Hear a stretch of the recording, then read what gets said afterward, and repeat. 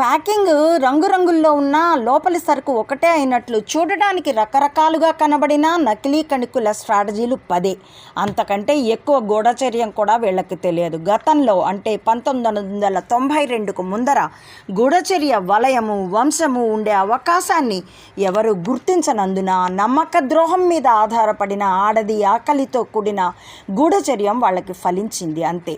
కాబట్టే మెదళ్లతో యుద్ధం చెయ్యడం ప్రారంభించిన నెంబర్ 5 వర్గంతో పోరాడవలసి వస్తే సువర్ణముఖి అంటే కర్మఫలం అనుభవిస్తూ మరీ బహిర్గతమవుతుంది.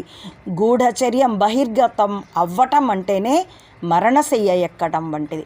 ఇక మాపైన రామోజీరావు వేధింపులో మాకెదురైన అనుభవాలని, వాటి నుండి మేం నేర్చుకున్న పాఠాలని వివరిస్తాను. పరిశీలించి చూస్తే మన దేశాన్ని, హిందూ మతాన్ని, భారతీయుల సంస్కృతిని కూడా ఇలాగే బాధించడము, నాశనము